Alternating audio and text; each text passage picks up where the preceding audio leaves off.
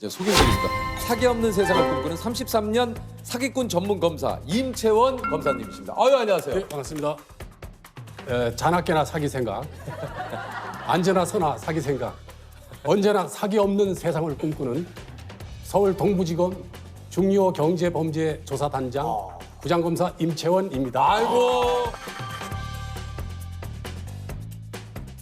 일단 무려 33년 동안 사기 범죄를 전문으로, 그러니까 한마디로 이제 사기꾼 전문 검사님이신데 사기 범죄만 집중적으로 좀 매달린 이유가 있으시다 그래요? 예, 그게 아마 운명적으로 저는 검사가 될 수밖에 없었던 것 같습니다. 저희 아버지부터 저까지 해서 저희 가족이 4번 사기를 당했습니다. 첫 번째로는 제가 어렸을 때 아버지를 서울로 이끌어주었던 직장 상사가 집 한 채 값을 사기치고 야반도주하는 바람에 저희 가족하고 그 부친께서 한 20년 복구하느라고 엄청나게 고생을 많이 했습니다. 그 다음에 이제 제가 검사가 된 이후에 아버지께서 또 세입자한테 또 사기를 당하셨고요.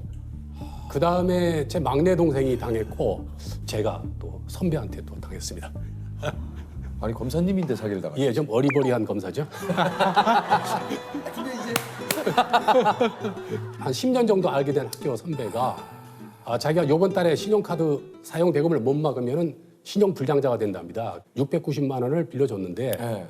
그 이후에 이제 연락이 없어요. 그래서 겨우겨우 이제 연락을 해서 갚아달라 그랬더니 뭐 계좌번호를 가르쳐달라 그러더라고요. 네. 그 계좌번호를 가르쳐줬는데 아직까지 한 푼도 안 들어왔습니다. 아니, 계좌번호까지 불러줬는데도 아직도. 아니, 근데 이런 것도 좀 여러 가지 그 법적인 조치를 취할 수 있는 거 아닙니까? 검사가 첫째 사기당했다는 얘기를 하면 그 자체가 벌써 무능한 검사로 또 인식될 수가 있고 일단 스스로가 이제 자괴감 너무 창피하잖아요. 아니 남의 사기 사건 사기당한 사람을 구해주기 위해서 이렇게 하는데 이 자기 머리도 못 깎는 이 어리버리한 검사가 어떻게 해요. 그러다 보니까 사기 사건을 보면 꼭 내 사건인 것처럼 더 열심히 보게 되더라고요. 더 막 그냥 예. 이게 막 의지가 좀 예. 의욕이 막 불타오르시는군요. 근데 그 사기라고 하는 게 예를 들면 검사는 이런 건가요? 그러니까 제가 재석이 형한테 100만 원을 빌렸어요. 네. 근데 이거를 제가 안 갚아요. 예. 이것도 사기인 거죠. 항상 그런 건 아니고 처음부터 떼먹을 생각을 가지고 있거나 갚을 능력이 안 되는데 빌려가서 안 갚으면 됩니다. 저는 예전에 이건 다른 얘기인데 이제 어떤 분이 글로 조세호 씨한테 사기당했어요. 이거 뭐야 했더니 분명히 웃음을 드리겠습니다라고 했는데 왜 웃음? 우리가 녹화하다 보면 자 오늘 여러분들께 정말 빵빵한 웃음, 건강한 웃음 기대하셔도 좋을 것 같습니다. 기대한 지 지금 62회째인데 네네네네. 오늘은 좀 보여주나요? 오늘 보여드립니다. 녹화 끝났는데 그분이 방송을 보시더니 댓글로 저한테 이제 사기당했어요. 분명히 오프닝 때 즐거운 웃음, 건강한 웃음 주신다고 했는데 못 줬으니까 클로징 때까지 저는 웃지 못했습니다. 조사 받아야죠. 지금 말씀하신 이게 형법상 사기죄가 될까요? 진짜, 됩니까?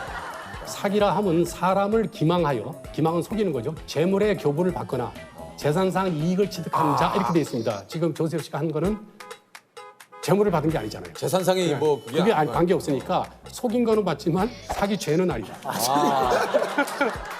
정리가 됐네요. 우리 그 댓글을 다신 분에게 좀 답이 됐는지 모르겠어요. 예, 속인 건 맞다. 자, 그러나 사기죄는 아니다.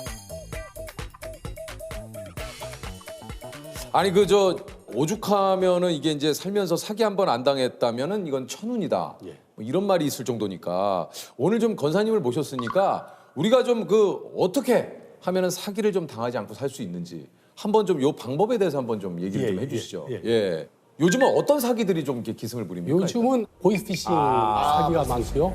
파격적 고수익 보장을 미끼로 해서 하는 투자 사기. 그 다음에는 이제 코로나 때문에 비대면, 그래서 중고거래 사기가 많고 이 SNS를 통해서 하는 로맨스 스캠, 뭐 이런 것들이 좀 핫한 것 같아요.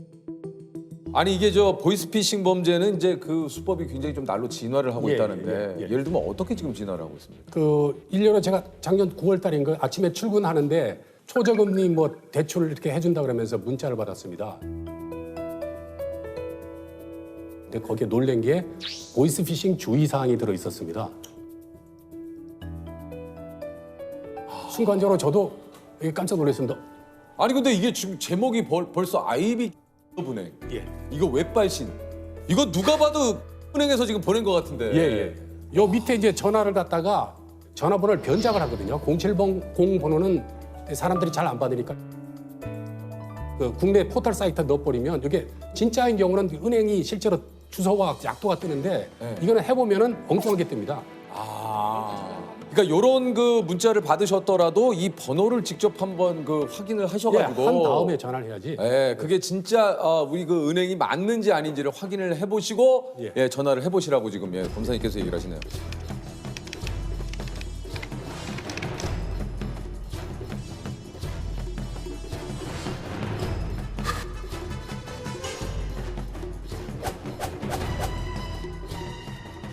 그 주소 있죠, URL이라고. 그래서 함부로 터치를 하게 되면은 그 순간에 이제 악성 앱이 깔립니다. 악성 앱이 깔리면 내가 거는 전화나 상대방이 오는 전화가 전부 다 범인들이 다 가로채거든요. 이 피해자는 그것도 모르고 이제 뭐 검찰청이나 이런데 그 뭐 금융감독원에 전화를 한다고 하는데 그게 범인들이 가로채기 때문에 거기에서 당한 그 사람들이 되게 많습니다.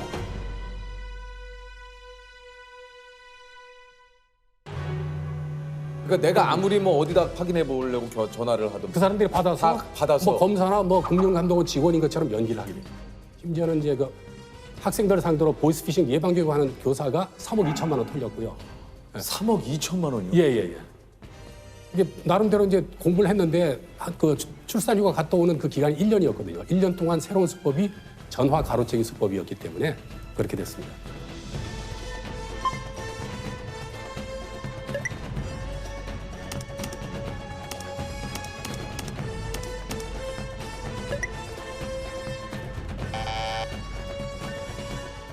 요즘 요게 또 그 자녀 사칭형 그 보이스피싱 굉장히 있죠, 많죠. 있죠. 예, 되게 많습니다. 예, 최근에 뭐 기사도 많이 났지만 이제 뭐 액정이 망가졌는데 예, 엄마. 예. 이게 가장 고전적이었는 건데 작년에 액정 떨어뜨렸다는 요걸로 해가지고 당한 피해 금액이 990억. 990억이. 예, 이거 엄청납니다. 아직도 이 수법을 모르는 분들이 너무 많은 것 같습니다. 아니 그 저 심지어 지방 법원장님이 당한 보이스피싱도 있다고요? 예. 2007년도에 당하셨는데요. 그 아들이 이제 납치돼서 장기를 뗀다 그러니까 놀래가지고 6천만 원 그냥 보냈죠. 근데 요새는 또 이게 또 더 진화가 됐습니다. 예. 자녀의 그 휴대폰 번호 이제 그거를 이 휴대폰을 해킹해서 그 이제 그 부모한테 자녀 그 전화번호로 이제 연락을 합니다. 와, 이거 소름 돋는. 그만큼 또 수법이 또 진화가 됐죠. 아, 이게 이제 자녀분에게 전화를 이제 확인을 해보려고 하면은 공범이 계속 자녀한테 전화를 해가지고 통화 중이죠. 전화가 통화 중으로 만든대요. 그렇죠. 그러니까 우리 조셉이 이제 자녀분이고 제가 이제 부모님인데 아니 잠깐만요. 그러면 저기 애들한테 한번 전화를 한번 해볼게요. 하면 근데 다른 공범이 계속 조셉 전화번호로 그렇죠. 전화를 해서 예, 통화 중으로 만들어서 거봐요. 뭔가 일이 있죠. 지금 전화 안 돼요. 해보셔도. 그러니까 이런 식으로 뭔가. 그러면은 엄마 살려줘라는 문자가 와요, 예를 들면. 그럼 이거 어떻게 이거를 확인합니까? 그거는 이제 일단 통화될 때까지 돈을 보내주면 안 되죠. 근데 사실은 착오에 빠진 상태에서는 이게 진짜로 느껴지거든요. 그게 저는 이제 최면이 걸린다고 하는데 범인들의 수법을 알면은 최면에 좀 덜 걸리거든요. 이게 마음의 준비를 하고 있어야 됩니다. 아니 그래서 이제 그 검사님이 실제 보이스피싱범의 통화 내용을 오늘 좀 준비를 해오셨다고 하는데요. 진짜요? 과연 사기를 부르는 말은 어떤 것일지 한번 우리 자기님들 한번 우리 시청자 여러분들도 한번 맞춰보시기 바라겠습니다. 네, 서울중앙지검의 이기훈 수사관입니다. 현재 본인과 연루된 개인정보 유출건 때문에 몇 가지 확인차 연락을 드렸습니다. 네, 본인 혹시 김용식이라고 들어보신 적 있으신가요?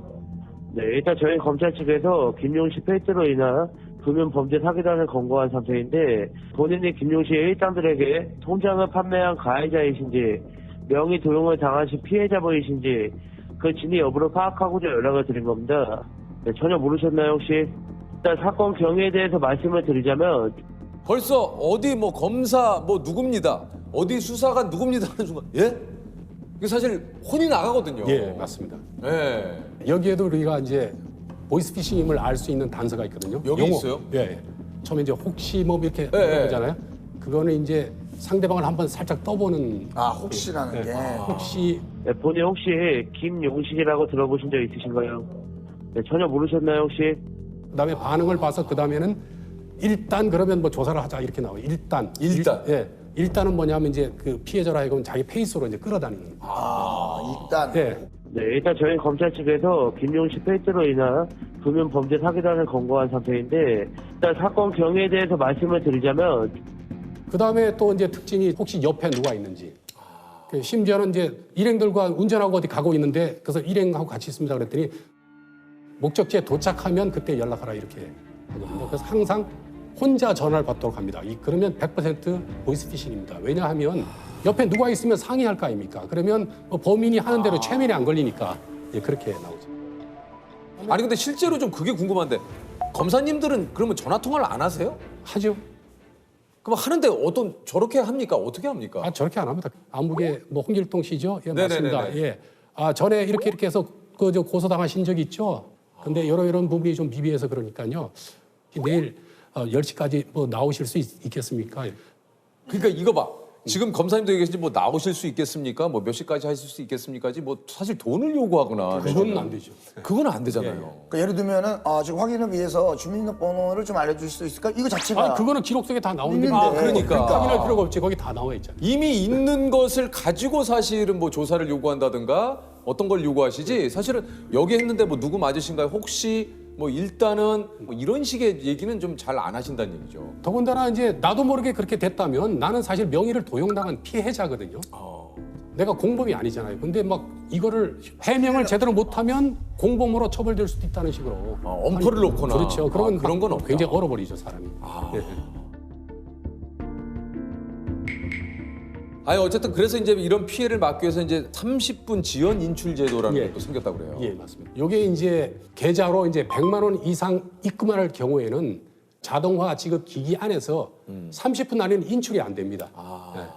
골든 타임이라 그러는데 그러니까 보이스피싱 당했다는 사실을 알았다면 30분 안에 빨리 신고를 해야 되거든요. 그래서 이제 요새 또 법인들이 그걸 알아가지고 100만 원 보내라 이렇게 얘기하지 않고 98만 원만 보내세요. 그러면 마음대로 인출이 되는군요. 되죠. 이게 30불 인출 지연 제도도 100만 원 이상이 돼야 되니까. 그렇죠. 이야 이거 뭐 대단하죠. 아니 그래서 이제 이거 평소에 급하게 입출금할 일이 없는 어르신들 경우에는 지연 이체 서비스를 미리 좀 등록하시는 게 도움이 좀 된다. 예, 그건 이제 3시간. 누구한테 돈을 보내더라도 이제 한 3시간 정도는 뒤에 이제 돈이 가도록 하거든요.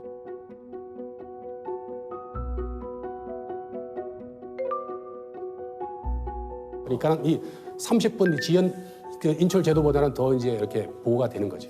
예. 우리 어르신들 말고도 또 요즘 그 젊은 분들도 예. 이렇게 좀 미리 해두면 좋은 것들이 좀 있습니까? 예, 있습니다. 개인정보 노출자 뭡니까? 개인정보 노출자 사고 예방 시스템. 예. 개인정보 노출자 사고 예방 시스템에 거기 뭐냐 금융감독원에서 만든 그 사이트인데요. 거기 들어가서 이제 개인정보를 입력을 하면 뭐 이렇게 새로운 또 계좌가 개설된다든지 아니면 새로운 그 신용카드 발급된다든지 이런 게 이제 예방이 되고요. 그 다음에는 이제 그 명의 도용 방지 서비스. 예. 명의 도용 방지 서비스가 있습니다. 요거는 이제 정보통신 뭐더라? 정보통신진흥협회. 정보통신진흥협회에서 되게 검사님이신데 인간적이시네요. 그 굉장히 좀 인간적입니다. 검사님의 네. 모더라가 너무 따뜻하게 나왔어요. 모더라가 뭐더라? 아니 어쨌든 이제 명의도용 방지 서비스에 가입을 하게 되면 어떻게 되는 건가요? 휴대폰을 보면 통상 3개, 4개 정도 한 사람이 이제 개통이 되는데 거기에 들어가서 이제 확인을 하게 되면은 내가 지금 현재 몇 개가 개통돼 있는지 그리고 추가로 개통되는 걸 제한할 수가 있고요. 만약에 또 어떤 사람이 내 명의를 도용해서 개통할 경우는 이메일로 문자가 옵니다. 그러니까 어느 정도 예방에 좀 도움이 되겠네요. 예, 많이 되죠.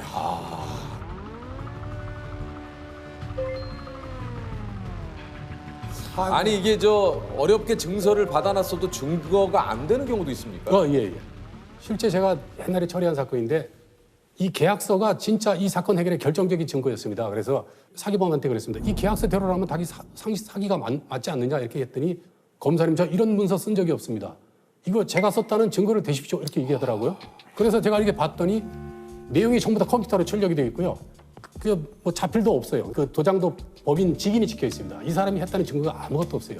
그래서 제가 거기서 이제 느낀 게 뭐냐면 중요 부분은 자필을 받아라. 그리고 도장도 좋지만은 지장을 이제 받도록. 왜냐하면 이 지장 받으면은 이 혐의를 밝히는데 지장이 없잖아요. 그러니까 이 지장을 듬뿍 찍어서 우리 주민등록증 받을 때처럼 살짝 찍으면 좀 곤란하고. 지장이 없어서 지장을 받아라. 이거 찍으면 지장이 없습니다. 그다음에 아주 중요한 게 있습니다. 뭡니까? 차용증에 꼭 용도를 쓰시라. 용도. 빌려가는 돈이 진짜 많은 사건 중에서 그 용도를 못 밝혀서 무혐의 되는 사건이 너무너무 많습니다. 용도를 기재하고 그 상대방 계좌에 돈을 입금을 시켜놓으면 나중에 그 입금된 돈이 어디로 인출됐는지만 확인되면 금방 밝힐 수가 있거든요. 이거 마지막에 이제 굉장히 중요한 그 증거를 남겨서 이제 문서화 하신다고 하더라도 용도가 꼭 들어가야 사기범이 처벌받는데 입증이 훨씬 그러니까 손쉽게 빠른 거죠. 용도는 사실 민사소송에서는 아무 도움이 안 되는데 형사사건의 사기의 고의를 밝히는 데는 결정적인 거거든요. 그거를 꼭 좀. 굉장히 강조를 좀 하고 싶습니다. 아니 이게 사기 범죄 피해자분들의 정신적 고통이 이게 얼마나 큰지 그 말해주는 통계가 있다고 그래요. 예. 예를 들어서 올해 사기 사건이 발생했으면 다음 해 자살하는 사건 수가 좀 이렇게 는다는 그런 통계학적인 그런 관련이 있습니다. 이게 그리고 다른 것보다 돈도 돈이고요. 이게 사실은 인간적인 배신감과 내가 또 왜 저기에 당했을까 하는 그 자괴감 여러 가지 스트레스가 어마어마하거든요. 맞아요. 아는 분이 보이스피싱을 한 2천만 원 당했는데 너무 창피하고 자괴감이 들어서 그냥 극단적인 선택을 하고 싶은 생각이 들었다고. 근데 그게 왜 그러냐 하면은 스스로 자기가 똑똑하다고 생각했는데 그게 무너지고 그렇죠. 어떤 인생 사람에 대한 가치 체계가 무너지거든요. 맞아요. 그래서 이 일이 손에 잡힙니까? 이 억울함이 안 풀리는데. 네. 직장 공장장인데요. 직장 상사.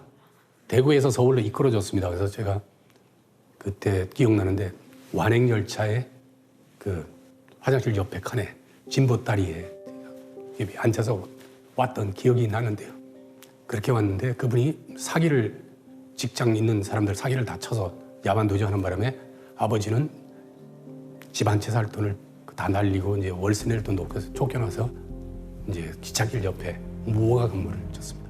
그 재건대라 그래가지고 이제 농마 이렇게 주워 오는 사람들 그 배 휴지 모아서 선별해가지고 파는 그걸 하셨는데요.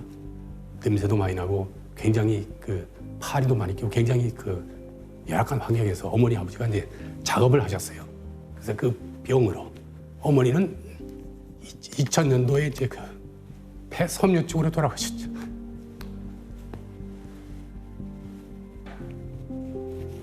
그러니까 그런 걸 생각하면 사기 사건을 그냥 볼 수가 없다.